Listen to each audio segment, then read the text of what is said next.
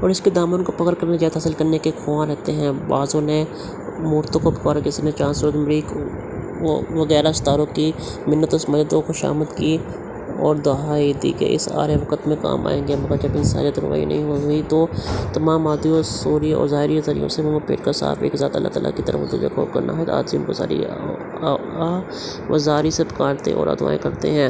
اللہ تعالیٰ ان پریشان حال لوگوں کی دعا کی پکار کو قبول فرما کر انہیں دامن رحمت میں چھپا لیتا ہے۔ جب اللہ ہی اس آرے وقت و مصیبت میں کام آنے والا ہے تو ہر حالت میں اس کو پکارنا چاہیے۔ دوسرے عاجز و محتاجوں کو پکارنے سے کیا فائدہ، کیونکہ وہ تو اس پکار کو سنتے ہی نہیں۔ فائدہ